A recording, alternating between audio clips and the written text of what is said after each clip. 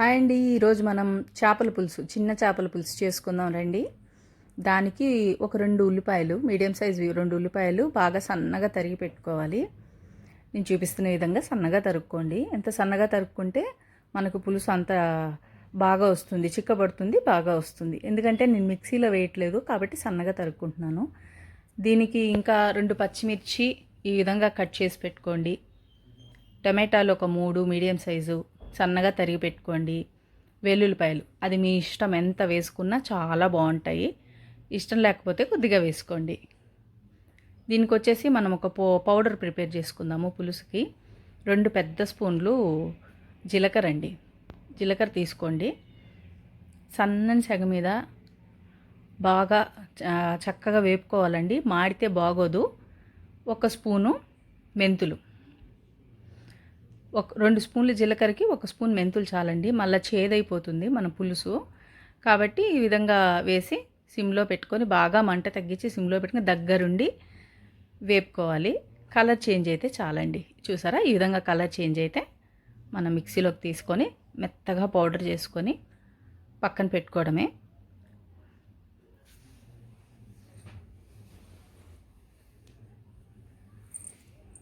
ఈ పొడి మళ్ళా కూడా ఏ పులుసులో కన్నా వాడుకోవచ్చు మీరు, బాగుంటుంది. ఇంకా కడాయి పెట్టుకొని నూనె వేసుకోండి. పులుసుకి తగినంత నూనె వేసుకోండి. 1 స్పూన్ ఆవాలు, 1 స్పూన్ జీలకర్ర, కొద్దిగానండి 1/4 స్పూన్ మెంతులు. మెంతుల పొడి ఎలానో వేస్తాం కదా, మరీ చేదైపోకుండా 1/4 స్పూను తాలింపులోకి మెంతులు వేసుకోండి. కరివేపాకు, వెల్లుల్లి రెబ్బలు, పొట్టు తీసి పెట్టుకున్న వెల్లుల్లి రెబ్బలు కూడా ఇందులో వేసేయండి. కొంచెం వెల్లుల్లి రెబ్బలు వేగిన తర్వాత ఉల్లిపాయలు, పచ్చిమిర్చి అవి కూడా వేసి నూనెలో బాగా వేగనివ్వాలి.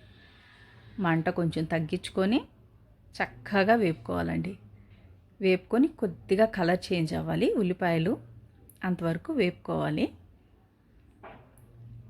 అప్పుడే పులుపు వేసిన తర్వాత ఉల్లిపాయలుగా కనిపించకుండా బాగా కలిసిపోతుందండి పులుసులో వేగితే. ఇప్పుడు వేగిన తర్వాత టమాటాలు, మనం కట్ చేసి పెట్టుకున్న టమాటాలు ఉన్నాయి కదండి, అవి వేసేయండి. వేసి ఈ టమాటాలు బాగా మెత్తపడాలి. అందుకు త్వరగా మెత్తపడడానికి కల్లుప్పు తీసుకున్నానండి నేను. మీకు ఏది కావాలో ఆ ఉప్పు వేసుకోండి, మీ దగ్గర ఏది ఉందో. ఇది కూడా బాగా నూనెలో వాడుస్తూ ఉంటే త్వరగానే మెత్తబడిపోతాయండి. చూసారు కదా, ఈ విధంగా బాగా మెత్తబడి పైన ఉండేటువంటి తోలు ఉంటుంది కదా, అది కొంచెం బయటకు వచ్చేటట్టు అవుతుంది టమాటాలు. అలా అయిన తర్వాత మనము ఒక 1/2 స్పూను పసుపు, 1 పెద్ద స్పూన్లు 2 కారం అండి, ఉట్టి కారం, ఒక 2 స్పూన్లు ధనియాల పొడి, ఇవన్నీ వేసి నూనెలో 1 నిమిషం వేగనివ్వండి. సిమ్లో పెట్టి వేగనివ్వండి. హైలో పెడితే మాడొచ్చేస్తుంది, నల్లగా అయిపోతుంది, టేస్ట్ బాగోదు. సిమ్లో పెట్టి చక్కగా వేపుకోవాలి. ఒక పెద్ద సైజు నిమ్మకాయ సైజు, పెద్ద నిమ్మకాయ సైజు కంటే కొంచెం ఎక్కువేనండి. టమాటా రసం చింతపండు రసం తీసి పెట్టుకున్నాను, అది ఇందులో పోసేయాలి. ఇప్పుడు పోసి మూత పెట్టి 2 నిమిషాల నుంచి 3 నిమిషాల వరకు మరగనివ్వండి. మరిగిన తర్వాత కొద్దిగా చిక్కబడినట్టు అవుతుంది. బాగా మరగాలండి. మరిగి ఆ స్మెల్, ఆ పులుపు, పచ్చి వాసన ఉంటుంది కదా, అదంతా పోతుంది 3 నిమిషాల్లో. చూసారా, ఈ విధంగా అయిపోతుంది 3 నిమిషాలకి. నూనె కూడా కొద్దిగా బయటకు వస్తున్నట్టుంది చూడండి. ఇప్పుడు ఒక చిన్న బెల్లం ముక్క మీకు ఇష్టమైతే వేసుకోండి, లేదా పులుపు ఎక్కువ కావాలనుకుంటే వదిలేయండి. కానీ బెల్లం వేస్తే చాలా బాగుంటుందండి తినడానికి. ఒక చిన్న ముక్క, దాని టేస్టే చేంజ్ చేస్తుంది ఆ చిన్న బెల్లం ముక్క. ఇంకా చూసారు కదా, ఇవి మా సైడు వైజాగ్లో గులిమిందలు అంటారండి వీటిల్ని.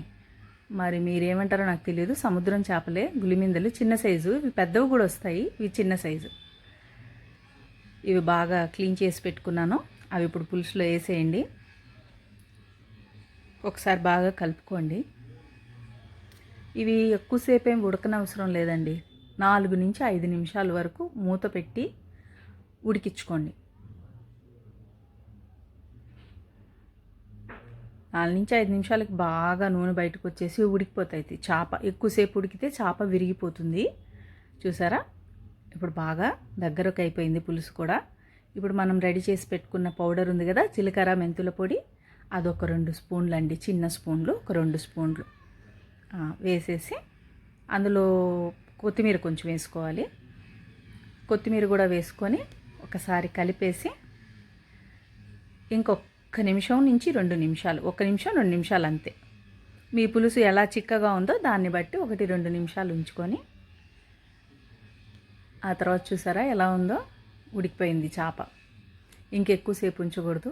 ఒక పచ్చిమిర్చి నిలువుగా తరిగి వేసుకున్నాను, కొద్దిగా కరివేపాకు ఫ్రెష్గా ఉండేవి వేసుకొని స్టవ్ ఆఫ్ చేసి కొంచెం సేపు మూత పెట్టేయండి. చూసారా ఎలా ఉడికింది. సూపర్ పులుసు రెడీ అండి.